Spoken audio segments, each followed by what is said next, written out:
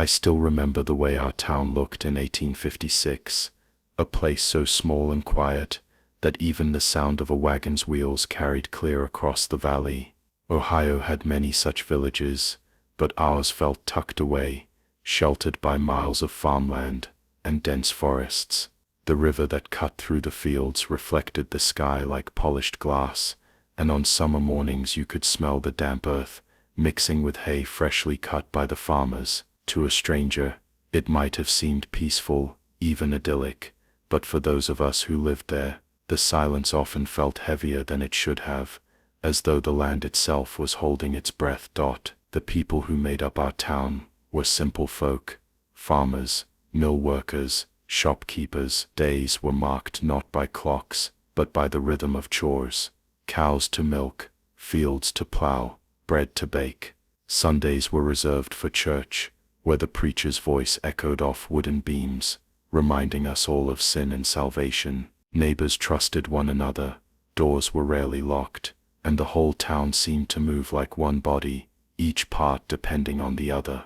But it was also a place where anything unusual stood out, like a black stain on white linen. Rumors thrived in small places, and whispers carried faster than the river current.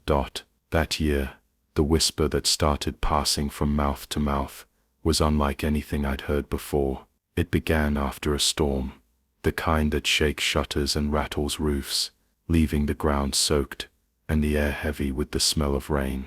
Someone said that in the far edge of town, in a modest farmhouse by the woods, a woman had given birth to triplets. That alone was rare enough to stir curiosity, but it wasn't their number that set people murmuring. It was the way they entered the world, too quiet, too still, as if the storm outside had stolen their first cries. No one could remember the last time triplets were born in our county, and certainly no one had heard of children who arrived in silence. At first most of us brushed it off as idle talk. Every birth story grows stranger as it passes from one ear to another. But within days the rumors sharpened into details. The midwife, pale and trembling, swore she had never seen children like them. Their eyes, she said, opened wide the very moment they were delivered, all three pairs fixed on her with an unnatural stillness. She claimed they did not cry, did not flinch, simply stared as though they were not newborns but something far older, something that had been waiting. And though she spoke of it quietly, almost in shame, the word spread until even the most skeptical among us felt a chill. It was in that moment, long before I ever saw the children with my own eyes, that the mood of our town began to shift. Life went on. Wagons still rolled down dirt roads, cows still grazed in the fields, but the ordinary rhythms felt unsettled, as though a shadow had fallen across our days. Neighbors spoke of the farmhouse in hushed tones, avoiding it on their walks. At night, when the wind swept across the fields, carrying the scent of wet earth and distant smoke, I often felt as though something unseen was watching, waiting. I did not know then just how deeply the story of those triplets would root itself into our lives, or how far the mystery would reach beyond our understanding. But even in the beginning, even in the quiet, I could sense it, the first tremor of something dark that had entered our town. The night they were born was one we would never forget. The storm had been brewing since afternoon, low gray clouds crawling over the fields, heavy with the promise of rain. By dusk, the sky tore open with thunder that shook the ground, and lightning split the horizon into jagged veins of white. The farmhouse at the edge of the woods, where the expecting mother lay in labor, creaked and shuddered under the weight of the wind. The midwife later said she feared the roof might lift straight off. Every window rattled, every lantern flickered, yet the labor dragged on with a stubborn silence that seemed wrong against the chaos outside. Inside, the air was thick with the smell of blood and sweat, of damp linens, and smoke from the fire struggling against drafts that sneaked in through the cracks. The mother, pale and trembling, clutched the sheets, her cries swallowed by the roar of thunder. Her husband stood helpless at the foot of the bed, his hands twisting his hat until the brim bent. The midwife, hardened by years of births, tried to focus on her work, but something about the atmosphere unsettled her. She described it later as though the storm itself had entered the room, pressing down on them with every crack of thunder. When the first child emerged, she waited for the familiar sound, that first sharp wail that signals life, but the room remained silent. The boy opened his eyes instead, unblinking, staring directly at her with pupils too dark, too steady. The second came minutes later, and again there was no cry, no struggle. The child simply turned his head toward his brother, their gazes locking as if they already knew one another's thoughts. The midwife said her hands shook as she cut the cord, her heart pounding in her throat. She tried to rouse them, slapped their tiny feet, pressed her ear to their chests. Their breathing was steady, their hearts strong, but their silence was unbroken. The mother wept, begging to hear them cry, but the midwife could only whisper that they were alive. Then the third came, and with him, the storm seemed to reach its peak. Lightning struck so close the entire house glowed for an instant, and in that flash, the midwife swore all three children turned their heads in perfect unison to look at her. The third boy too did not cry. He only blinked slowly, his mouth opening and closing without a sound, as if tasting the air. The midwife tried to tell herself it was exhaustion, the nerves of a long night, but she confessed later, she felt as though she had helped deliver something not entirely human. She wrapped them in blankets, placed them side by side in the cradle, and stood back in unease. The three lay still, eyes open, their tiny hands twitching in identical movements, fingers curling at the same time as if pulled by invisible strings. The mother's relief was overshadowed by a gnawing fear she could not name, while the father sat rigid in his chair, his face drained of color. Outside, the storm finally began to pass, the thunder rolling farther into the distance, the rain easing into a steady patter on the roof.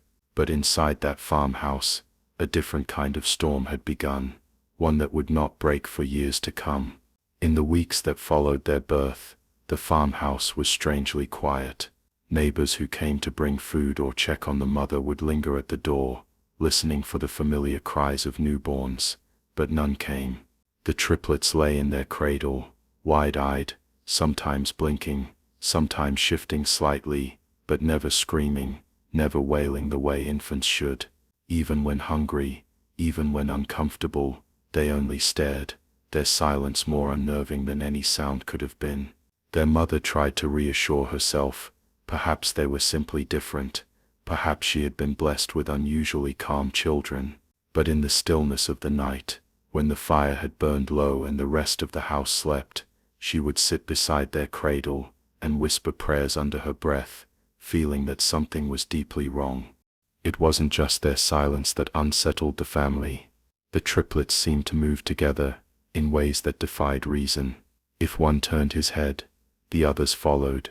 If one stretched his arm, the others mirrored it within seconds, sometimes at the exact same instant. Their eyes tracked the same corners of the room, as though following something invisible to the rest of us. Their father, a man not easily shaken, admitted once that he thought they were watching shadows no one else could see. He would rise in the night to fetch water and pause at the sight of them, their small faces lifted toward him, as though they had known he would come before he did.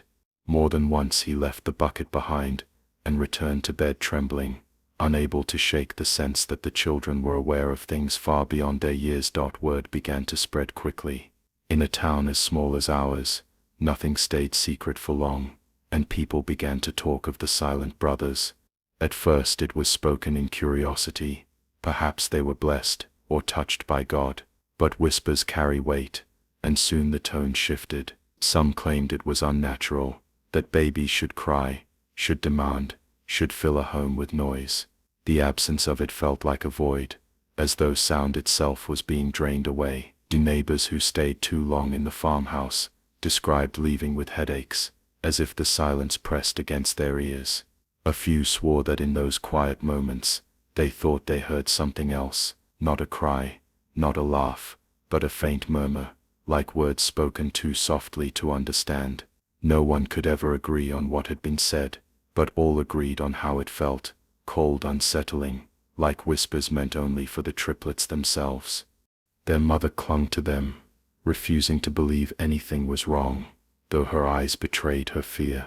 She would cradle them one by one, rocking gently, humming hymns, but no matter the song, the triplets did not respond. No smile, no giggle, no recognition of comfort. Instead, their gaze seemed to linger not on her face but past it, as though they were watching something over her shoulder.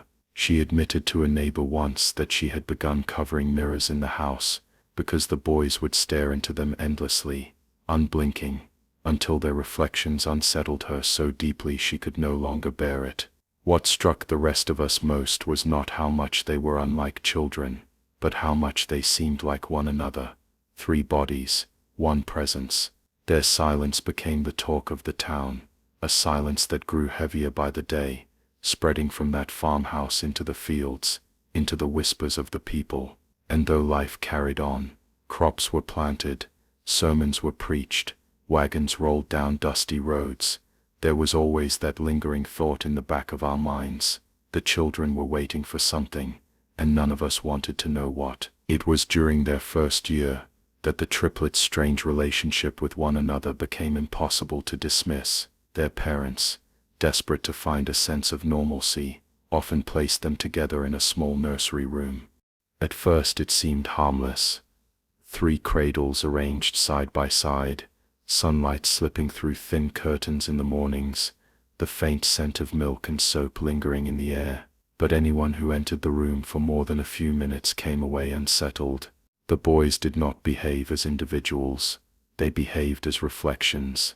If one turned his head toward the window, the other 2 followed in perfect rhythm, their eyes fixing on the same patch of light. If one reached for the rail of the cradle, the other hands rose at the same moment, small fingers curling in identical motion. At first their mother tried to laugh it off, telling herself it was coincidence, nothing more, but she could not ignore the way they mirrored even the smallest things. A sneeze, a yawn, the twitch of a leg, repeated instantly, as though their bodies were tethered together by invisible strings. Sometimes the synchronization was so precise that it seemed less like mimicry and more like one mind divided into 3 bodies. The midwife, who visited from time to time, grew pale at the sight of it, whispering that she had never seen such behavior. She claimed that even in sleep, the triplets breathed in the same rhythm, their tiny chests rising and falling together, as though guided by one unseen clock. The mirror became the greatest problem. One morning their mother carried them into the parlor, where a tall oval mirror stood against the wall. She set them on a blanket on the floor, hoping to distract them with toys. Instead, the boys ignored everything and turned their faces toward the glass. At first it seemed natural, children fascinated by their own reflections, but the longer she watched, the more uneasy she became.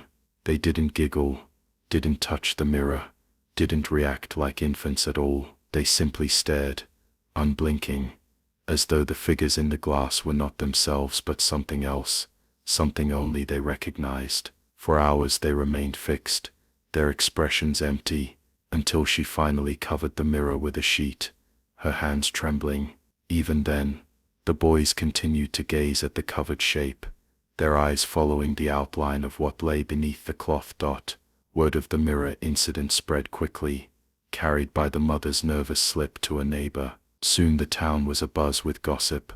Some said the children had no souls, that they saw spirits in the glass. Others whispered they were cursed, reflections made flesh.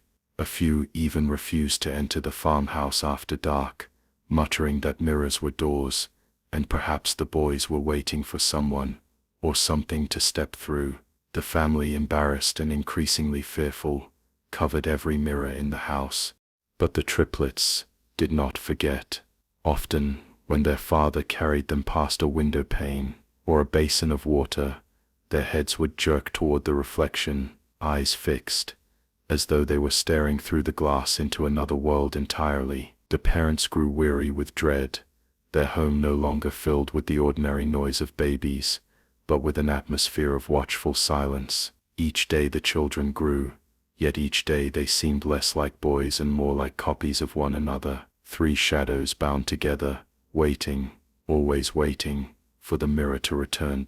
It wasn't long before the rumors drew people to the farmhouse. At first, they came out of kindness, neighbors carrying baskets of bread, jars of preserves, or blankets stitched by careful hands. But kindness quickly gave way to curiosity, and curiosity to something darker. People wanted to see the children for themselves, to measure the truth against the whispers. The father, proud but anxious, let a few of them in. He seemed to hope that perhaps if others saw the boys their fears would prove unfounded. Instead, every visitor left with stories that only added fuel to the fire. The first few neighbors described the same thing: the silence. Newborns should cry, should fuss, should wail in protest when strangers entered the room, but the triplets never did.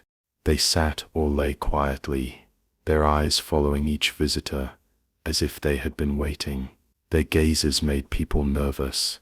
A farmer's wife swore she could feel their stares prickling the back of her neck even after she turned away. Another man, hardened by years of plowing fields and breaking horses, admitted he couldn't stand being in the same room with them for more than a few minutes. It felt, he said, like they were taking something from me, a thought, a memory, I don't know what, but something. As the weeks passed, word spread beyond our small town. Travelers stopped by under the guise of passing through, though everyone knew what they were really after. They wanted to see the triplets who didn't cry, the mirror children. Some came in fascination, others with fear. The midwife, who had sworn never to return, was coaxed into telling her story again and again, until the details took on the weight of myth. She spoke of their unblinking eyes, their perfect silence, the way they seemed aware from the moment they entered the world. Each retelling left listeners pale, yet unable to stay away. The children, of course, never changed. They didn't smile for the visitors or shy away from their attention. Instead, they simply stared, eyes wide, movements deliberate and synchronized. Once a school teacher leaned in close, attempting to coax a reaction by jingling a small bell. The moment she did, all three boys tilted their heads to the same angle, their eyes locked on hers.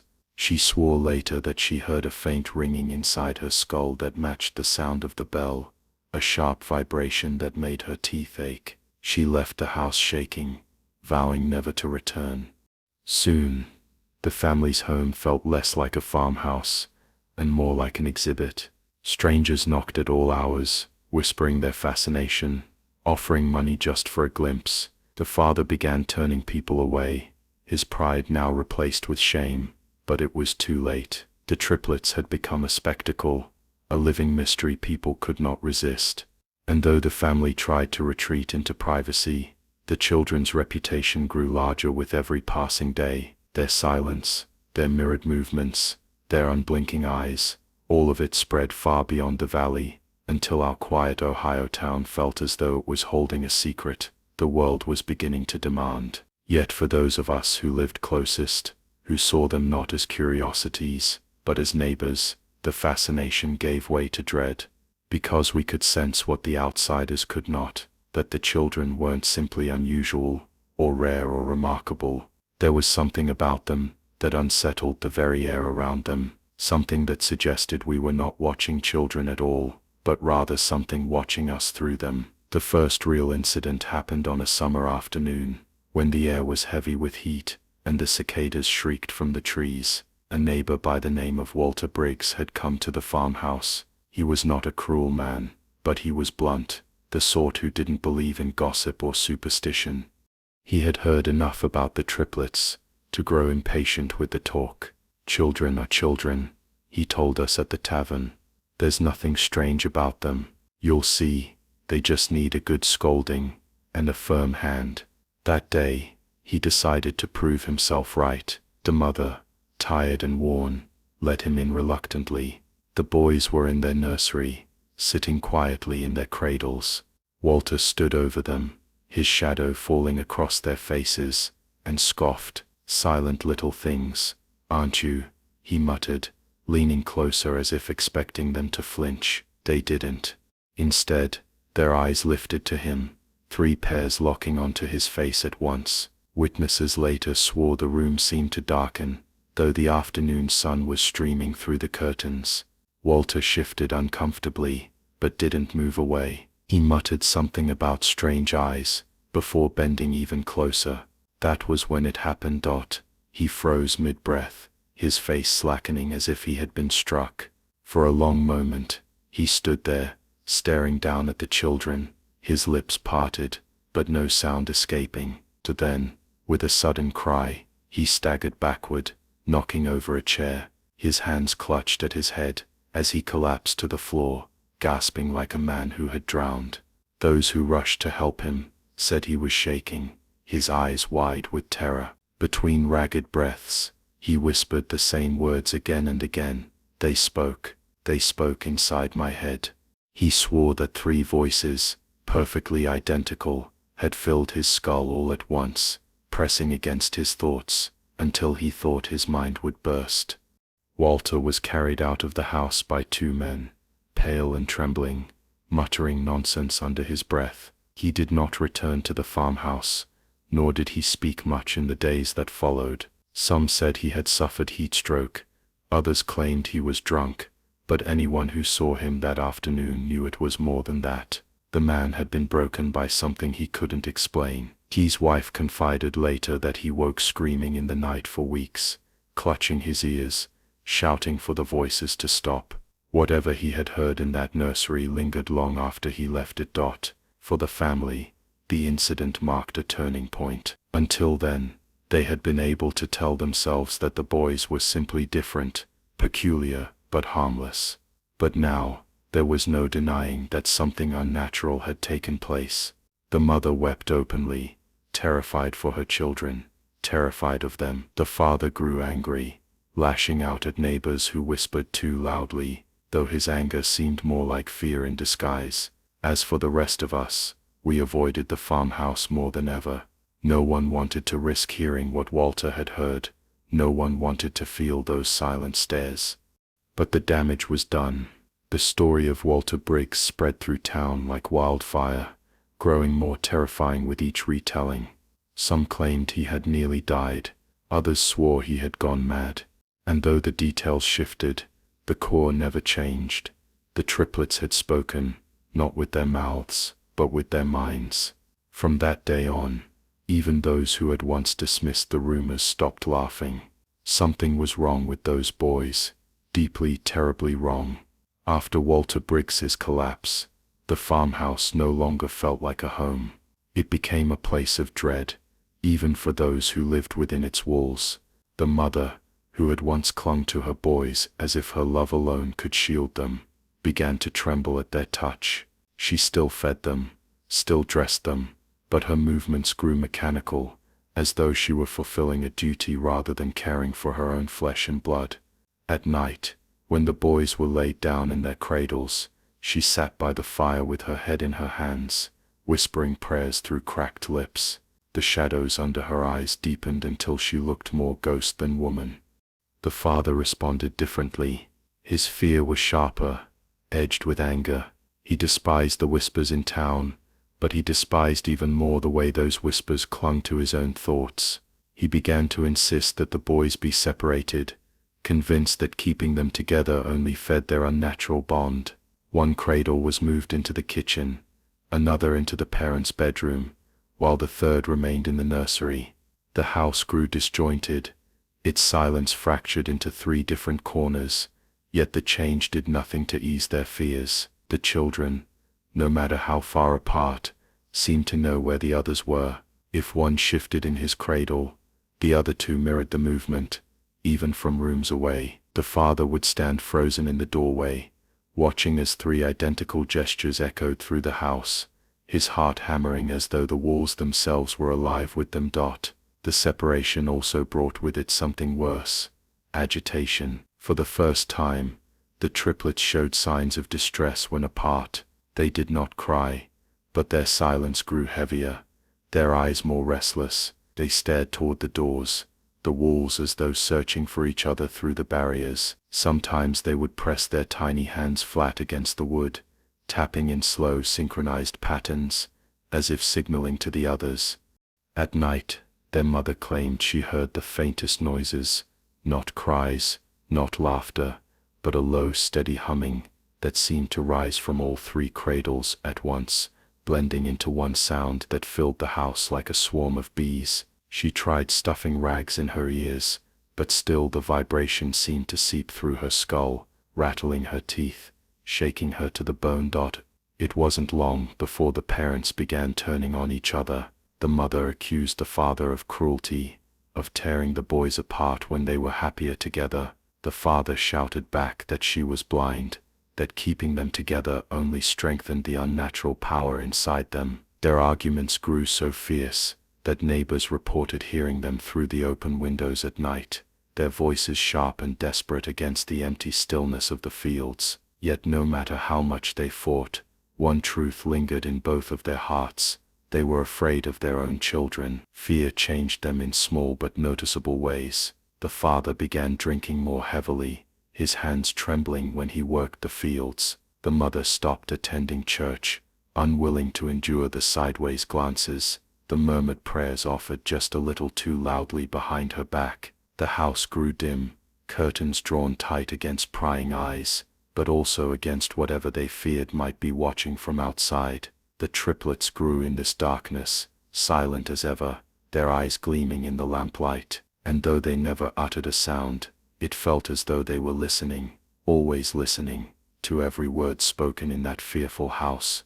The farmhouse had always been quiet at night, but after the triplets came, silence itself seemed to thicken into something suffocating.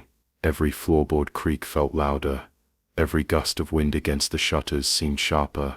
The parents began to dread the hours after sunset, when the oil lamps were snuffed, and only the faint glow of the hearth remained. It was during these long hours of uneasy darkness that they first noticed the whispers. At first, the mother thought it was the wind sneaking through the cracks in the window frames.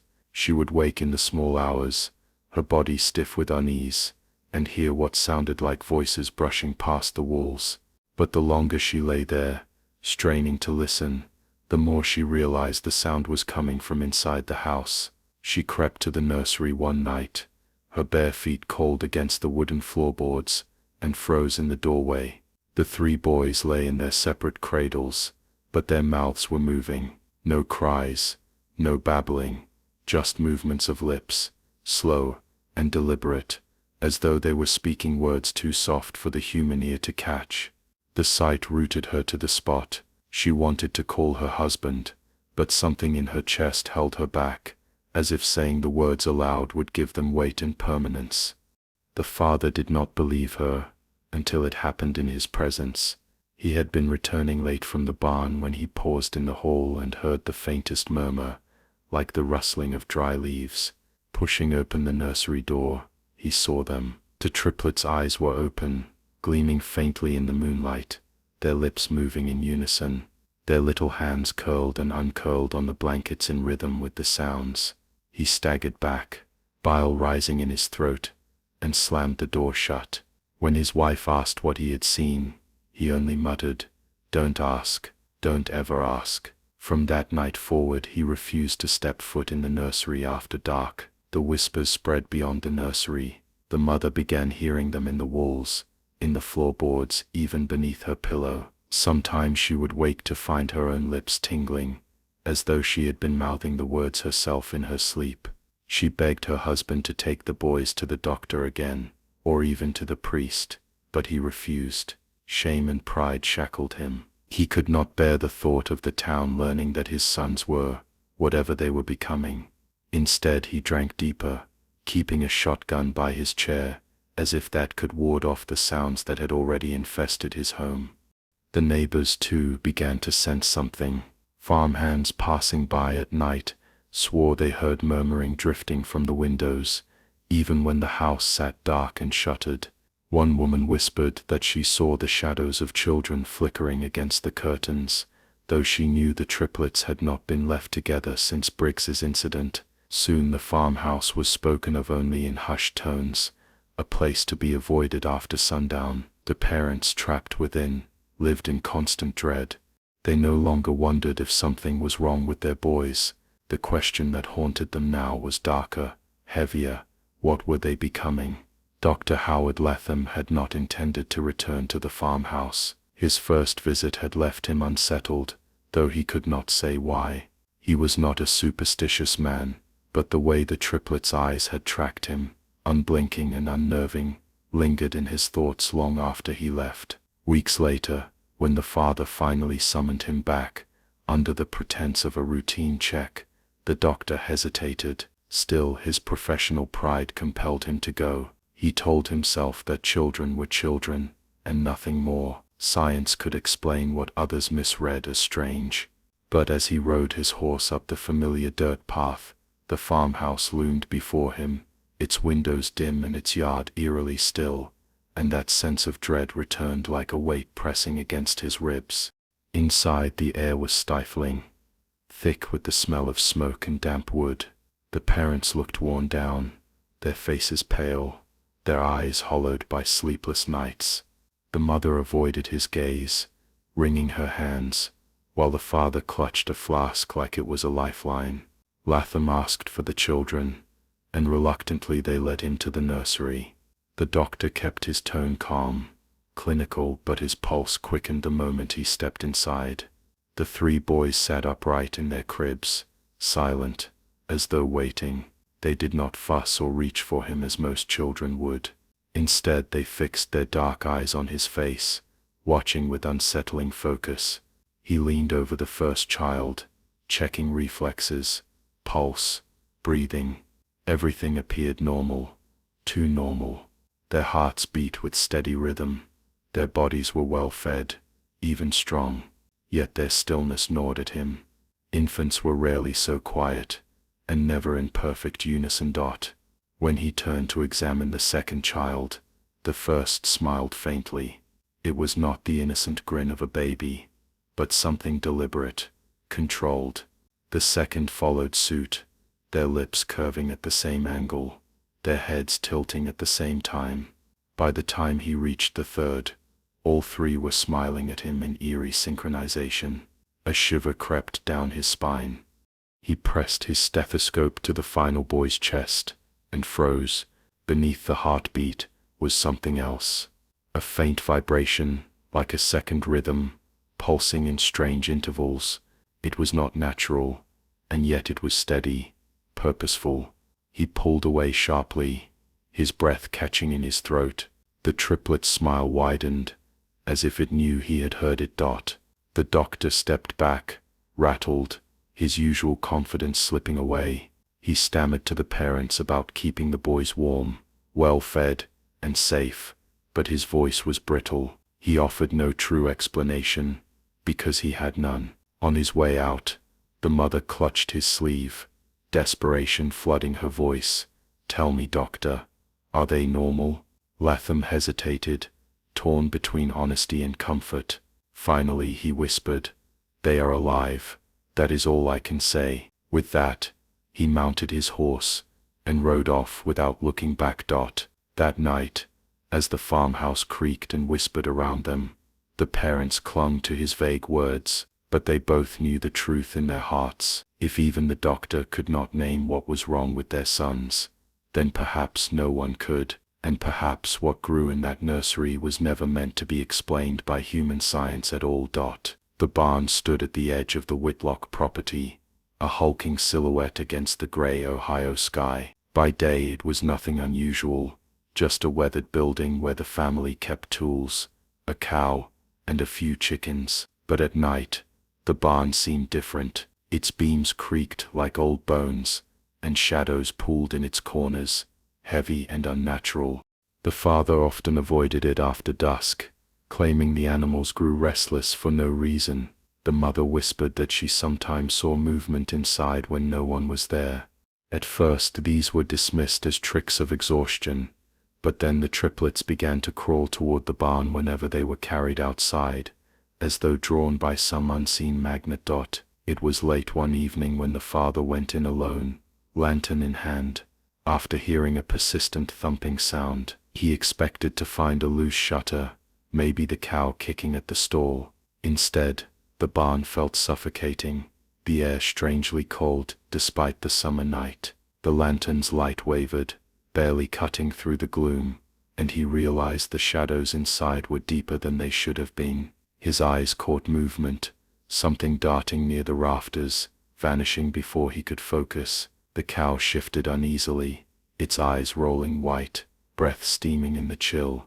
Then came a sound he could not explain, a faint chorus of whispers echoing from the dark corners, low and overlapping, like voices speaking in a language he had never heard. He gripped his lantern tighter, his heart pounding. As he backed toward the door, he felt the weight of eyes upon him. Slowly, almost against his will, he lifted the lantern toward the loft. There, for a split second, he saw them, 3 small figures crouched together, their outlines unmistakable. But the triplets were supposed to be asleep inside the house. His blood ran cold, the lantern shook in his hand, scattering light across wooden beams, but the figures melted into shadow, gone as suddenly as they appeared. The whispers ceased, only the sound of his own ragged breathing filled the barn. He stumbled outside, slamming the door behind him, chest heaving. When he rushed back into the farmhouse, his wife demanded to know what had frightened him. He lied, muttering about rats, unwilling to admit what he had seen. Yet when they checked the nursery, the triplets lay still in their cribs, wide awake, their black eyes glinting in the dark, as though they knew where he had been. From that night forward, the barn became a place no one dared enter after sundown. Tools rusted where they were left, the cow grew thin and jittery, and even the chickens refused to roost there. The family pretended nothing was wrong, but unease seeped into every corner of their lives. The father avoided his own land after nightfall, the mother whispered prayers that sounded hollow even to her, and the triplets, still silent, still watching, would sometimes smile when the barn door creaked in the wind. It was as though whatever lived in that building was not separate from them, but bound to them, an extension of the strange, unexplainable presence that had entered the Whitlock family the day they were born. It was past midnight, when the mother woke suddenly, though she couldn't say why. The farmhouse was still, the wind outside rattling softly against the shutters. She lay there for a moment, listening, her husband breathing deeply beside her, when she realized what had disturbed her. It was not a noise, but the absence of one. The triplets, usually restless in their sleep, were utterly silent. She rose, pulling her shawl around her shoulders, and made her way down the narrow hall toward the nursery. The floorboards groaned underfoot, and with every step, her unease deepened. The nursery door was ajar, a sliver of pale moonlight spilling through. She pushed it open slowly, expecting to see the boys curled together in their crib. Instead, the room felt heavy, unnaturally cold, the air prickling against her skin. At first, the triplets looked as though they were simply asleep, their faces calm and their small hands folded. But then she realized something was wrong. Their mouths were open, their eyes squeezed shut, yet no sound emerged. They were crying, silent cries, their throats working, their tiny bodies trembling, but nothing came out. No wail, no whimper, not even the faintest breath of sound. The sight froze her where she stood. She wanted to scream for her husband, but fear clenched her voice in her throat. She rushed forward, scooping one of the boys into her arms, hoping to rouse him from whatever strange spell had seized him. His chest heaved with the effort of crying, but the silence remained, thick and suffocating.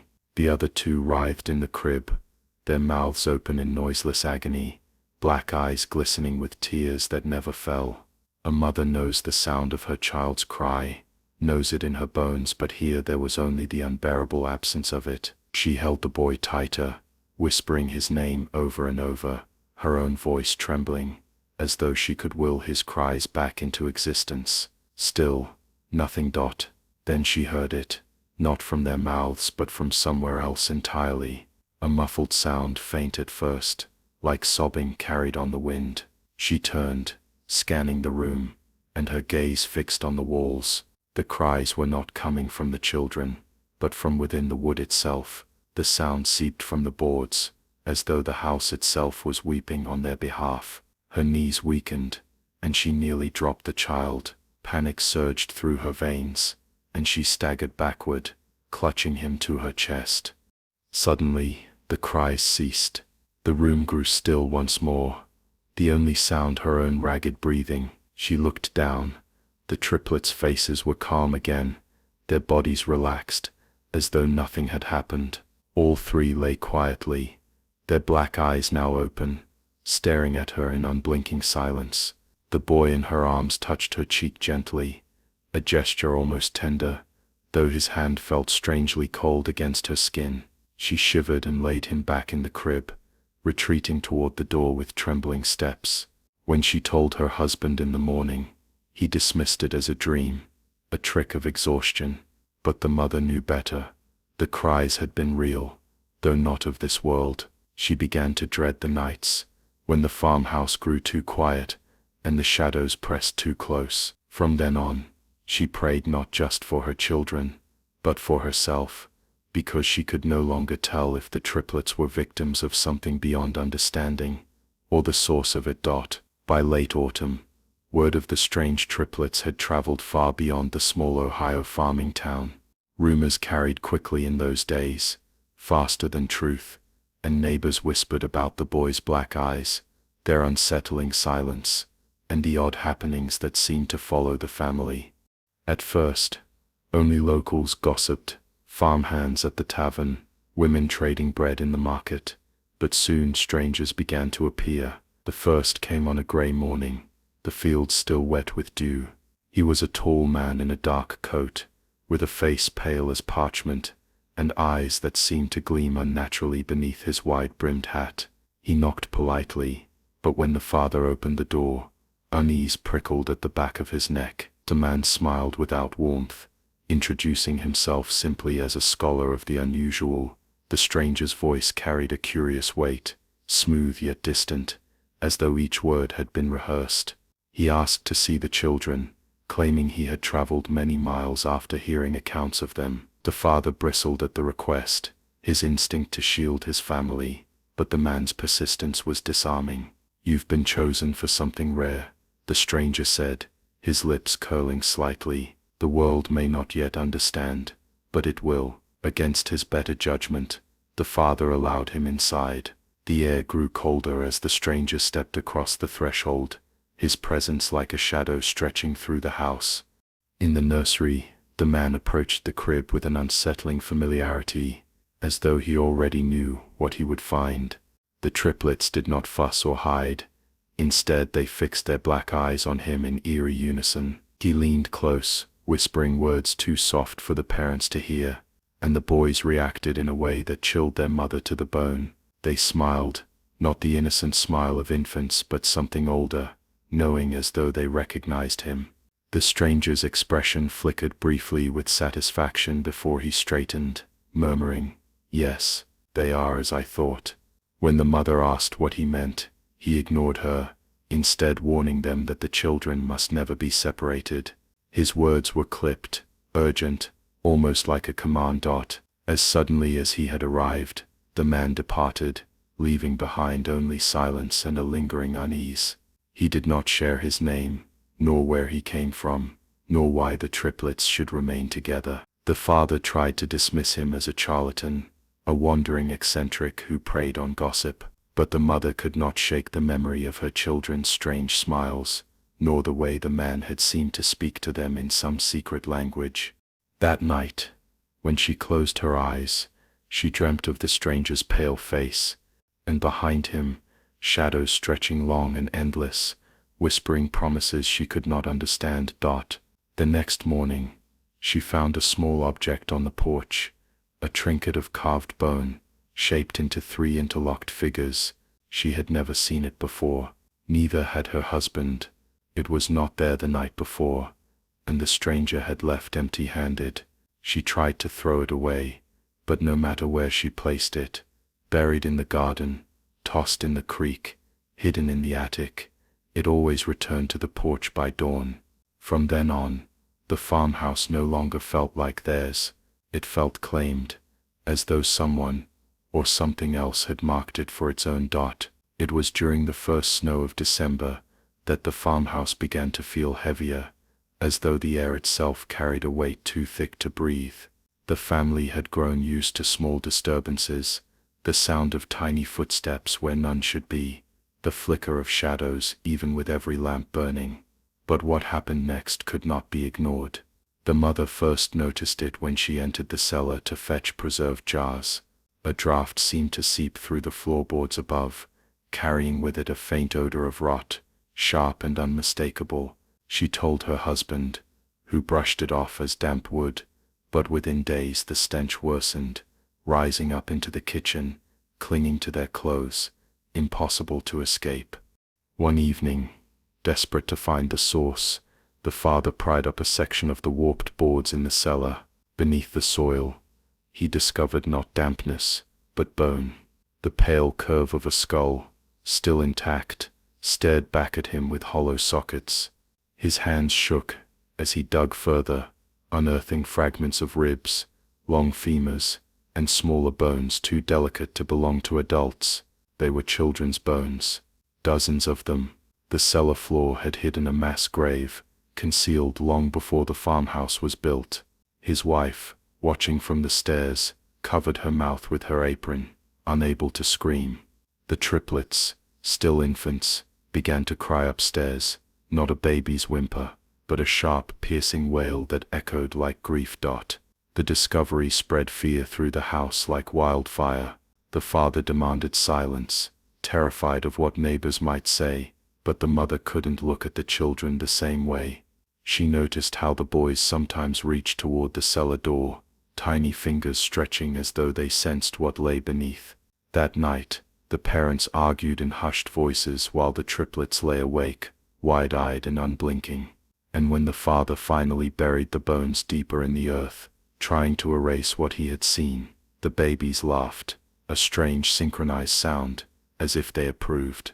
The mother felt her stomach twist, realizing the children were connected, not only to each other, but to whatever horrors lay under their home. From then on, the house no longer felt haunted by strangers, it felt haunted by its own foundation. In the days that followed, the mother heard whispers in the floorboards at night, voices too faint to make out but close enough to chill her skin. Sometimes she swore the triplets were listening too, their heads tilting in unison, their dark eyes shining in the candlelight as though they understood. When she finally dared to ask her husband what they should do, he told her only one thing: never speak of the bones again, not to me, not to anyone. But she already knew it was too late. The dead were restless, and her sons were no longer just her children.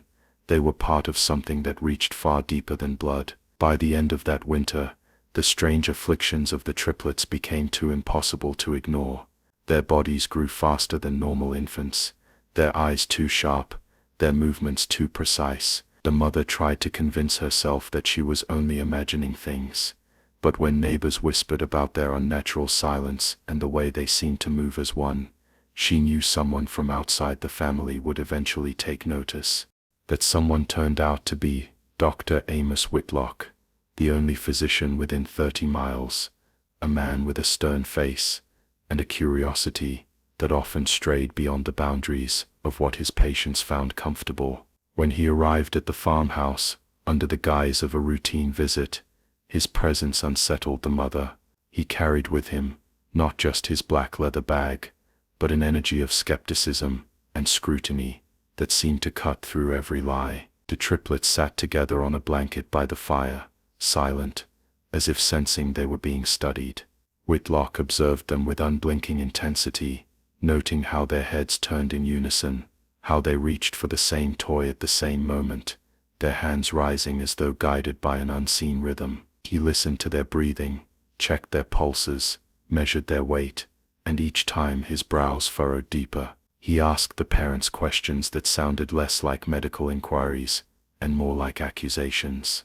Were there other cases like this in their family? Had they noticed the children responding to sounds no one else could hear? Did they ever dream of things before they happened? The father tried to dismiss it all as superstition, but the mother couldn't hide her unease. When Dr. Whitlock held a lantern closer to their eyes, the triplets did not blink. Instead, they smiled, at the exact same second, with the same eerie expression. The doctor nearly dropped the lantern, but rather than recoil, his curiosity deepened. "These boys are remarkable," he whispered, though his tone suggested he meant something else entirely. He asked to return in a week to conduct further examinations. The father, unwilling to stir suspicion in town, reluctantly agreed, but the mother saw the way Whitlock's fingers lingered on his notes, the way his eyes glimmered, not with care, but with hunger for understanding something that perhaps should not be understood. That night, the mother begged her husband not to let the doctor return. She had seen the way the children reacted, the way their smiles spread when Whitlock leaned close, as if they recognized something in him. "He'll take them from us," she whispered. "He'll cut them open to see what makes them, what they are." Her husband silenced her with a stern look, reminding her of the bones under the cellar, and the danger of anyone digging too deeply. Still, the thought gnawed at her, that the doctor's curiosity would not stop at observation. It would grow, until it consumed the family entirely. Upstairs, the triplets lay awake, staring into the dark, their breaths rising and falling in perfect time. And somewhere in that silence, she swore she heard them laugh softly, as though amused by the doctor's interest, as though they already knew he would come back. The people of rural Ohio were used to gossip. Farmers whispered about crop yields, hunters bragged about deer, and churchgoers speculated about who had sinned the night before. But by the summer of 1857, the gossip had turned almost exclusively toward the triplets in the farmhouse on the edge of the forest. Women at the market would lower their voices as the mother approached, their words breaking into fragments. "Strange children, not natural. Did you hear about?" The men grew restless in their own way, claiming the family was cursed, their livestock refusing to graze near the farmhouse fields. The rumors spread faster than grain on the wind. Some swore they'd seen the triplets walking the road at night, though the parents swore they never left the house. Others said their laughter carried across the woods in the dead of evening, long after any child should have been asleep. Even the pastor, who rarely lent ear to such talk, admitted in private that when the children were brought to church, their unblinking stares made the congregation uneasy. They seemed to mimic prayers not with innocence, but with precision, their lips moving in perfect sync, their eyes scanning the room as if counting hearts. Instead of following hymns. Neighbors began to keep their distance. Children were forbidden from visiting the farmhouse, and mothers clutched their infants tighter when the triplets' names came up. What unsettled them most wasn't just the stories, but the way the boys always appeared together, never alone, never separated. They were seen in trios, their bodies moving like one, their gestures timed so perfectly that it no longer seemed coincidental. When one sneezed, the other's eyes closed as if anticipating it. When one reached for a toy, the others mirrored the same movement. To outsiders, it looked less like play and more like a performance rehearsed too many times. The unease deepened when small tragedies began to stack up in the community. A horse belonging to the neighboring farmer bolted into the forest, and was found days later, ribs cracked as if crushed by something unseen. A baby from another household fell ill, suddenly, with no explanation, her cries weakening until she could barely whimper. When news of her death spread, hushed eyes turned toward the farmhouse. Whispers painted connections no one dared speak aloud in daylight. The triplets were growing healthier, stronger, more vibrant by the week, while the neighbor's child had withered away. By harvest season, even the father noticed how the community's eyes lingered longer on their home. He caught sight of men standing at the edge of the fields, staring too long before pretending to check their tools. The mother grew paranoid, insisting they keep the shutters drawn, that the children play only in the cellar. But the triplets resisted, tugging at doors, staring toward the windows as though drawn to the world outside. When one night a stone clattered against their shutters, the father stormed outside with his rifle, only to find nothing but empty fields. Yet he swore he heard children's laughter echoing from the woods, faint but mocking. In town, meetings began after church, small gatherings where the triplets were discussed in hushed tones. Should something be done? Was it safe to let them live so close, to let them grow? The pastor urged restraint, saying it was not man's place to condemn children, but others muttered that some things were not children at all, no matter the form they wore. Fear was a living thing now, creeping into every conversation, filling every silence. And in the farmhouse, the mother felt it pressing closer every day, like the whole town was circling them, waiting for a reason to strike. It happened in the dead of winter, when snow blanketed the farmland and silenced the earth beneath its frozen crust. The farmhouse had grown dim, the windows iced over, smoke from the chimney curling upward like a lonely signal. Inside, the family kept close to the fire, huddled together as the cold bit at the edges of their walls. The triplets had grown taller, their faces thinner, their eyes sharper in the flickering light.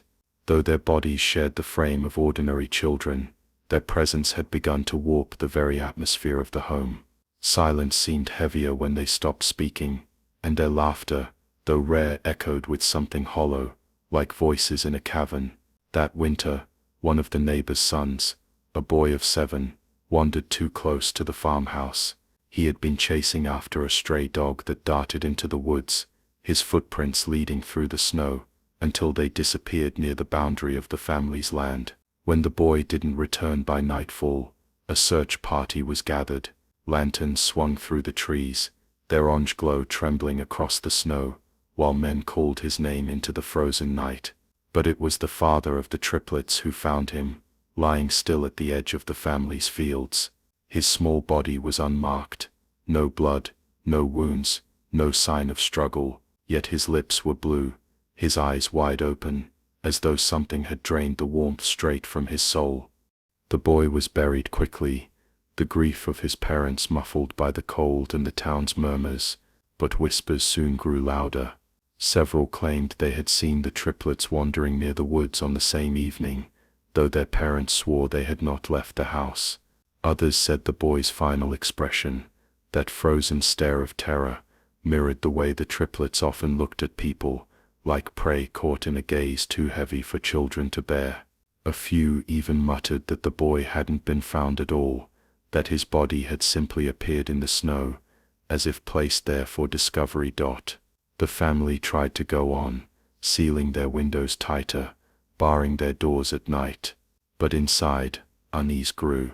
The mother confessed that on the very night the neighbor's son went missing, she had heard the boys whispering in their sleep, not words but sounds, soft melodic murmurs that wove together into something like a chant.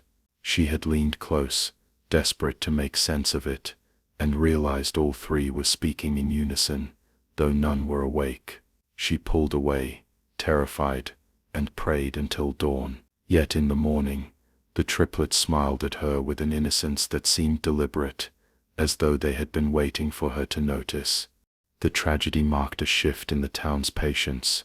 Where before there had only been unease, now there was suspicion bordering on hatred. Parents clutched their children tighter when the triplets' names were spoken. Men at the tavern spat into the fire and muttered of curses, of bloodlines that should never have been allowed to grow. The pastor's sermons began to take on darker tones, filled with warnings of temptation and evil wearing the faces of the innocent.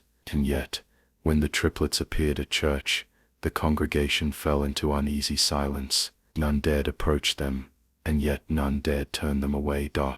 At the farmhouse, the weight of isolation grew unbearable. The father paced at night, rifle in hand, muttering that men were planning something. The mother prayed harder, clutching a rosary until her fingers bled, but the triplets seemed untouched by fear. They continued to move as one, their gaze stretching longer into the night, their laughter sometimes rising even when no words had been spoken. If the first tragedy had unsettled the town, inside the family it planted something deeper, the realization that the boys were no longer children who needed protection. They were something else entirely, something that made the house itself feel colder, even with the fire roaring. The mother had always carried more fear than she allowed herself to show, while the father's suspicion was directed outward toward the town, toward men who muttered about curses.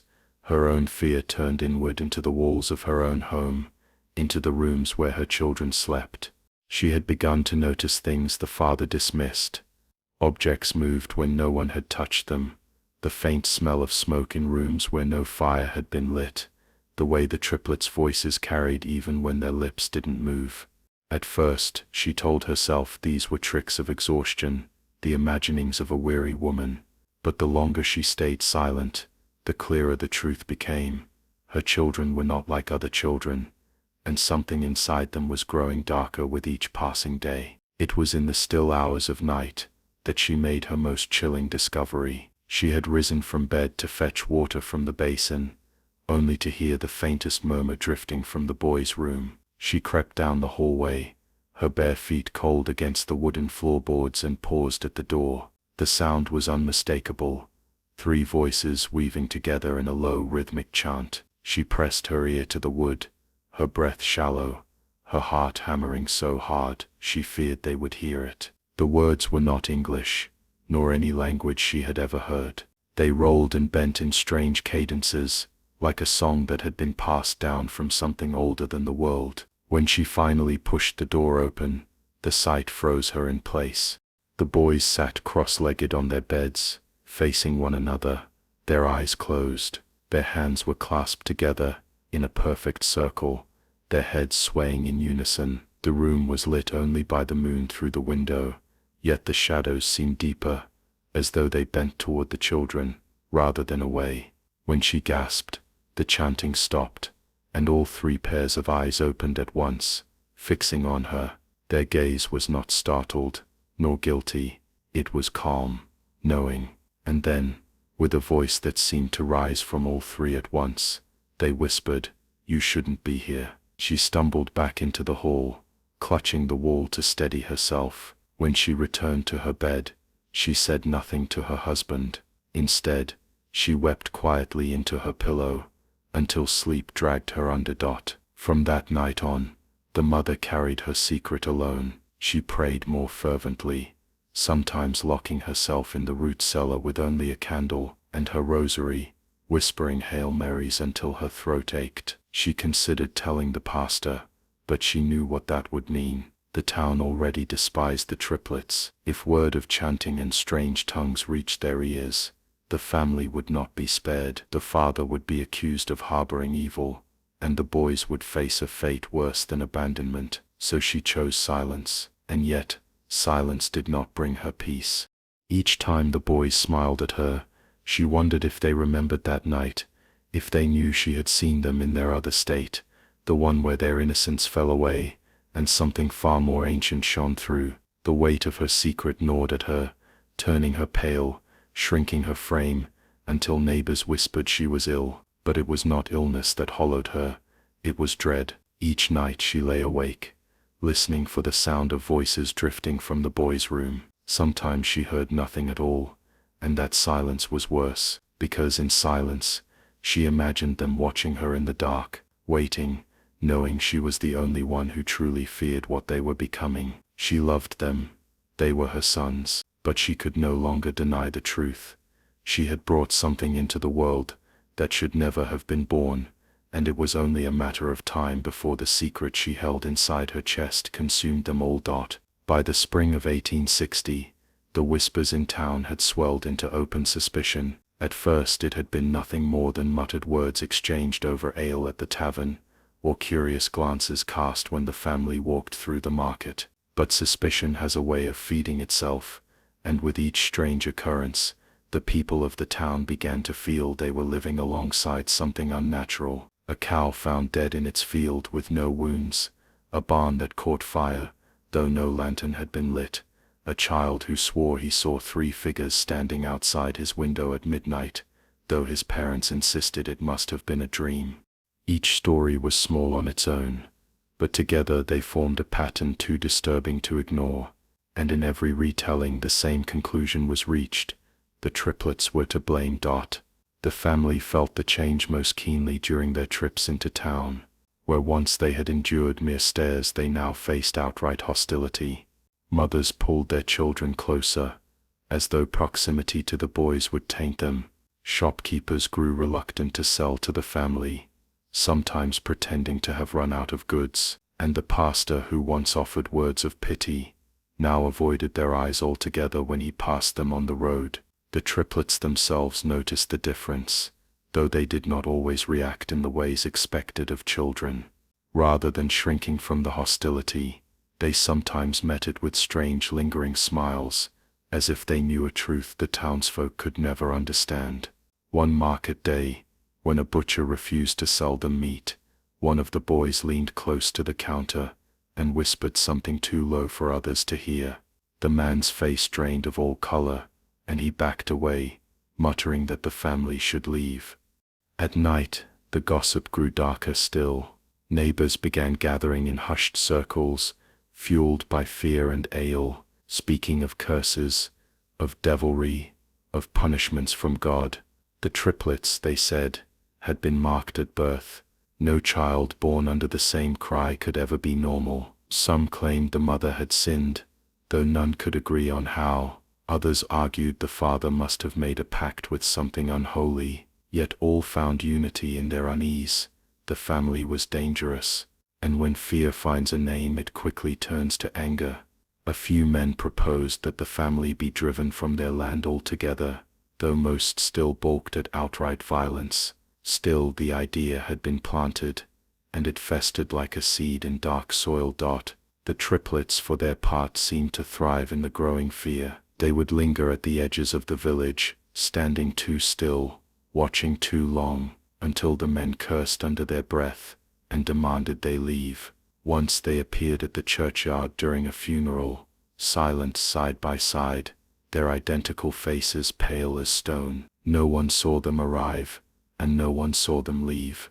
But when the mourners noticed them, a chill rippled through the crowd and prayers were abandoned as people hurried home. The family could feel the walls closing in. The father grew more defensive, the mother more withdrawn, yet the boys themselves carried an air of calm, as if the hostility of the town was no threat at all but something they had expected, perhaps even desired.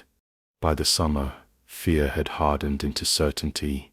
The townsfolk no longer asked whether the boys were unnatural, they debated only how long they could allow them to remain.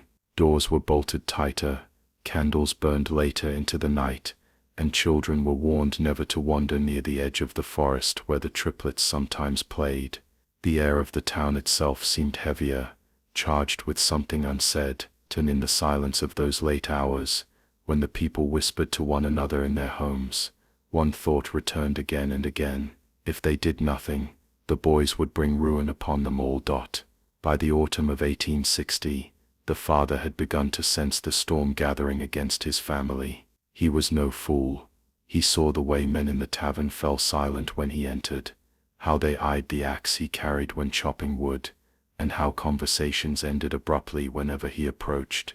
He felt the air tighten around him in church, where once he had sat in peace with his wife and children. Even the pastor, whose sermons once spoke of charity and compassion, now seemed to glance at him with an unease that went unspoken. The father had endured many hardships in his life: failed crops, cruel winters, sickness that had nearly taken his wife, but none had made him feel so powerless as this creeping tide of suspicion. The town was turning on them, and he knew it was only a matter of time before fear sharpened into something violent.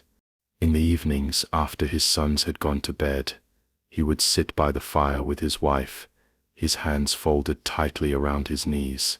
Their children, he would mutter again and again, as if saying the words aloud could force the world to believe it.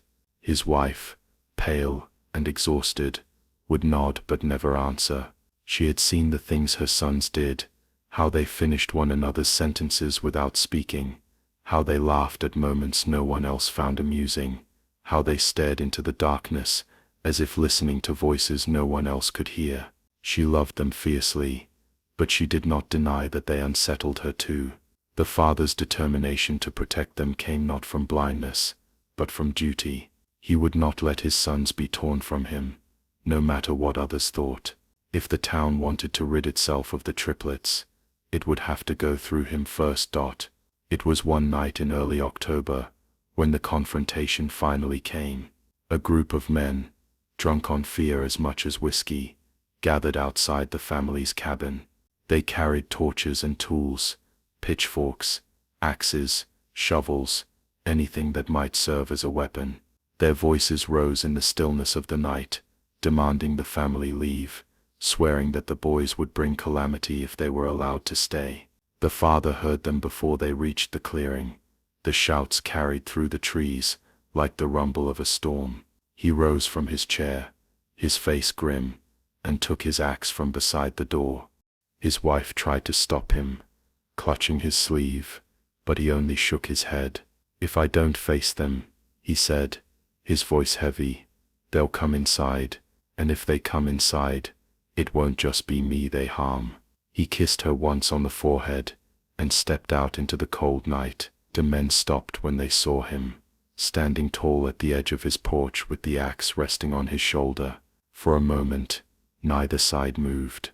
The firelight from their torches flickered across his face, casting shadows that made him look almost carved from stone. Then one of the men, someone he had worked beside many times in the fields, stepped forward. "We don't want trouble," the man called, though his tone betrayed anger. "But those boys, they ain't right. You know it as well as we do." The father's grip on the axe tightened. He looked out at the faces before him, men he had once shared meals and laughter with, now hardened into strangers. "They're my sons," he said quietly but firmly, "and they're not leaving this house." The standoff stretched long into the night, the men shifting uneasily, the father rooted like an oak against the tide of fear. Some shouted that he was a fool, others demanded he hand the boys over, but he would not yield. At last, perhaps unsettled by his unflinching defiance, or perhaps fearful of what they might awaken if they pressed too far, the crowd dispersed, their torches vanishing one by one into the darkness. The father stood alone for some time afterwards, staring into the trees, listening to the night breathe around him. When he finally returned inside, his sons were awake, sitting silently in their beds, their identical eyes fixed on him, and for the first time, he felt the uneasy weight of a question he had never dared speak aloud. Had he just protected his children from the town, or had he protected the town from his children? The winter of 1860 arrived harsher than any in recent memory. Snow fell thick across the Ohio fields, piling against doors and burying fences until the world outside seemed swallowed whole by a white silence. The triplets, now 4 years old, spent long hours sitting together at the cabin's single window, their pale faces pressed against the frost-rimmed glass. Neighbors no longer came near. Hunters avoided the woods around their property, whispering that strange lights had been seen dancing in the snow near the family's land. Even the pastor, who once visited weekly, stopped altogether. The family was left alone, encircled by suspicion and snow, as though the cabin itself had been cut off from the living world. It was on a moonless night in late December that it happened. The father awoke to silence so complete it unnerved him. No crackle of the fire, no whistle of the wind through the trees, not even the shallow breaths of his sleeping sons. He rose from bed, shivering at the unnatural stillness, and found the front door ajar. Snow had blown inside, forming a thin trail across the floorboards. Panic set in as he rushed to the boys' room. Their beds were empty, the covers neatly folded, as though they had never been slept in. His wife's cries broke the silence as she clutched at the empty blankets, her voice ragged with despair. The father ran into the night, barefoot, the cold biting into his flesh with each step, but there were no footprints in the snow, no sign that anyone had left the cabin at all. By dawn, the search began. Men from the town scoured the woods, lanterns swinging through the dim light, their shouts echoing into the hollow valleys. But the snow yielded nothing. No tracks, no broken branches, no bodies. The triplets had vanished, as if the earth had swallowed them whole. Some whispered that the boys had finally returned to whatever place they came from, that they were never meant for this world.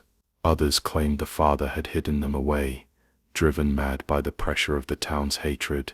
No proof ever surfaced, and as the years passed, the story hardened into rumor, then into legend. The cabin, eventually abandoned, was left to rot among the trees. Travelers claimed they sometimes heard children's laughter drifting through the woods at night, though none dared linger long enough to investigate. Even today, nearly 2 centuries later, the story of the Ohio triplets lingers. Old records confirm their birth, yet nothing explains their disappearance. Scientists who later examined the case could only shake their heads. Without bodies, without evidence, there was nothing to study, nothing to prove. What remains is silence and speculation. Were the triplets victims of a crime covered too well to uncover? Were they children cursed by something beyond understanding? Or were they, as some whisper still, never truly human at all? The truth lies buried beneath the snow of that long-ago winter, and perhaps it is best left there, an unanswered question too unsettling to face directly. But those who live near the old woods swear that, on certain nights when the wind is still, and the snow falls heavy, 3 faint shapes can be seen at the tree line, watching with identical eyes that do not blink. And if you listen closely, you may hear them laughing, soft and strange, as though the woods themselves remember what the world would rather forget.